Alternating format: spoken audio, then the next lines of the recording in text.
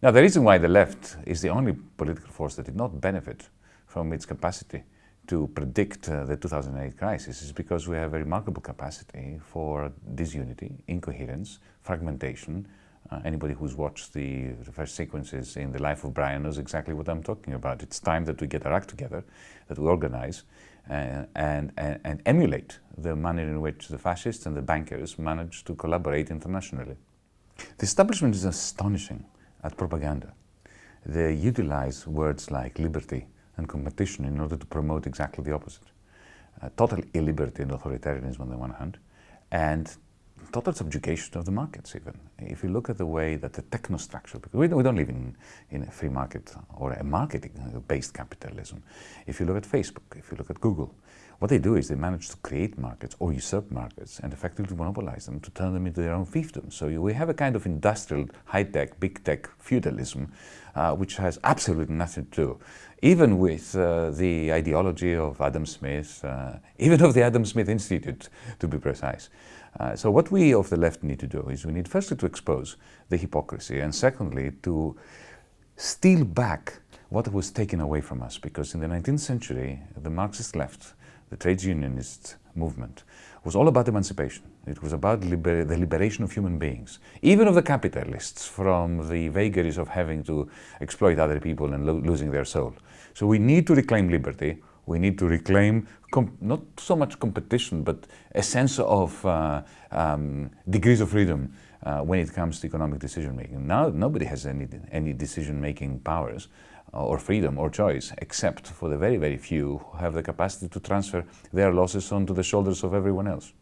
Since the financial collapse, since our generation's 1929, which of course took place in 2008, we have been witnessing a remarkable cycle of horror between austerity and authoritarianism, because the number one task of the establishment was to shift cynically the bankers' losses onto the shoulders of the weakest citizens. And the way to do this is to effectively transfer huge wealth to the bankers in order to refloat them and to take it away from the have-nots. That's austerity. But austerity leads to very low levels of demand, which leads to very low levels of investment. So you give all this money to the bankers, whether you've printed it or actually transferred it, the bankers and the CEOs of the large corporations and so on, they look at the plebs out there, they realize that, oh, these people can't buy our stuff, so they don't invest in production. So what they do is they use the money that has been transferred to them by the Bank of England, by the European Central Bank, the Fed, the Bank of Japan, and they buy back their own shares. So their assets go up, share prices, bonuses, and so on. House prices in Holland Park go through the roof, right? And at the same time, there's no investment. So this contributes to humanity's failure to do anything about climate change, because unless you invest in green technologies, it won't happen. And it also contributes to the perpetuation of the shortfalls, the economic disaster, that then requires more austerity. But in order to continue along the lines of this catastrophic route, you need more doses of authoritarianism in order to impose those idiotic policies on the many. So austerity and authoritarianism are in an infinite mutually reinforcement loop from which nothing good can happen. The nationalist international on the one hand and the international of horror on the other, that are highly interlinked, are on the one hand the bankers, of course, who are remarkable at creating a new kind of regime. I call it bankruptocracy. It's ruled by the most bankrupt banks. The more bankrupt you are, look at Deutsche Bank, the greater your capacity to extract rents from the rest of society. So they are the mainstay. Then you have large corporations that have a capacity to extract and create new kinds of rent, like Facebook, like Amazon, like Volkswagen, who bend the rules, who design technologies by which to bend the rules.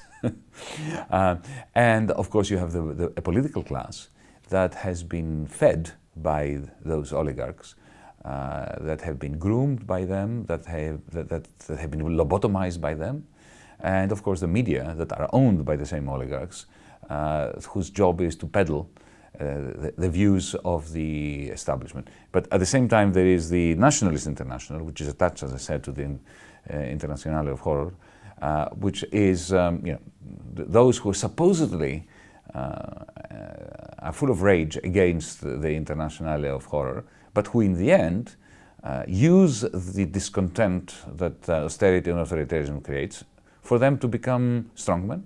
Just like in the 1930s and the 1920s, the Nazis railed against the bankers, railed against capital, against capitalism even, in order to become the lapdogs of the worst of the capitalists. This is I'm now talking about the Trumps, the Salvinis, the Farages, the Le Pens, and so on and so forth. Capitalism is a remarkable system because it is the greatest producer of contradictions. On the one hand, it produces remarkable wealth and fantastic technologies by which to create more wealth. And on the other hand, it creates new forms of depravity, of deprivation, of poverty that humanity never had before. And before we had the capacity to create that wealth, we did not have the capacity to produce this degree of humiliation, of poverty, of hopelessness. So hopelessness and poverty and iPhones being created by the same production line. That's capitalism. So capitalism, I'm often asked, well, who is the capitalism's worst enemy? The answer is capitalism, because it keeps on undermining itself by generating technologies that are inconsistent with the oppressive social relations, the social relations of extraction, of exploitation, both of workers and of the planet. It's a system that produces its own crisis, that constantly undermines itself. And when there is a crisis, whole generations of people are thrown into the dustbin of history, and they get angry. And it is at that point that the left's failure to organize humanity against the misanthropy of capitalism feeds into fascism, because fascism is all about harvesting the bitter crop of discontent caused by the perpetual crisis spawned by capitalism. This is what happened in the 1920s and 1930s. This is what's happening today. We are living a postmodern 1930s after our postmodern 1929, which took place in 2008. Well, what we need to do is we need an international Green New Deal. We need to operate on the basis of what needs to be done tomorrow morning, in 6 months' time, in 12 months' time, in 5 years, in 20 years. And we need to target, initially, 3 areas. The first one is poverty and precarity. We need to create anti-poverty programs that move away from the humiliation, the ritual humiliation of beneficiaries. And we need to do this through the weaponization of existing institutions. Like, for instance, in Europe, we've been proposing, that's our party, DiEM25, that the magnificent profits made by the European Central Bank through its quantitative easing program should be funding the fight against poverty. So poverty across the world, in our countries, in North England, in South Greece, and so on. Secondly, the green transition. We need 5% of GDP to be invested in the green transition immediately. That's $8 trillion a year globally. This is not going to come out of taxation very quickly, but it can come from the idle cash of the rich. Not by, we don't even need to appropriate it, because that would take a revolution that we are really not ready for. It can take the form of national and transnational investment banks, supported by states and by central banks, issuing bonds, effectively using those bonds as sponges that soak up the liquidity and then use that juice for good purpose for the green transition. So poverty, the green transition, and thirdly, that is so important, money. We need to reinvent money, not so much to reinvent it, but actually to constrain the free flow of money. Now we live in a world where money flows freely and human beings are behind bars. We need to reverse that. We need to have freedom of movement for people and capital controls. We need to revamp the international financial system. The dollar zone is now being weaponized by Donald Trump. We need effectively what John Maynard Keynes had proposed in the Bretton Woods conference at the beginning, which was of course a proposal that was both brilliant and rejected by the United States back then. We have to revive that.